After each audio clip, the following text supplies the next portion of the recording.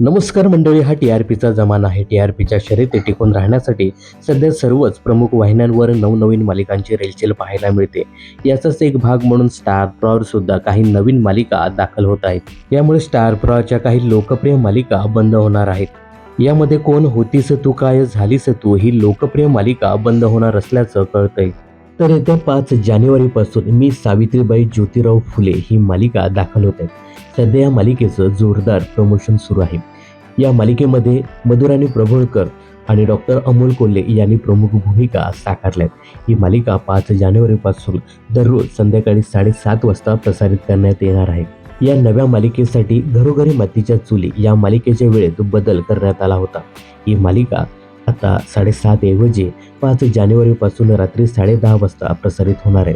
परिणामी रात्री 10:30 वाजता प्रसारित होत असलेली कोण होतीस तू काय झालीस तू या मालिकेचं काय होणार असा प्रश्न या मालिकेच्या चाहत्यांना पडला होता.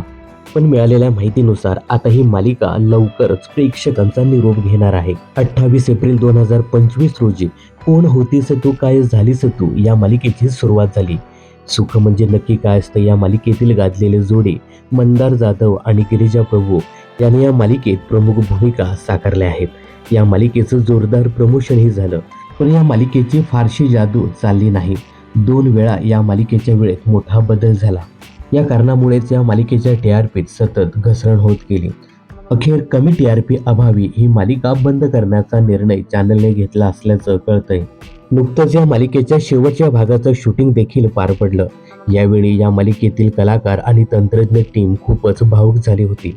मिळालेल्या माहितीनुसार 3 जानेवारी रोजी म्हणजे शनिवारी या मालिकेचा शेवटचा भाग प्रसारित केला जाणार आहे. तर तुम्ही कोण होतीस तू काय झालीस तू या मालिकेला मिस कराल का हे कमेंट्स करून नक्की सांगा.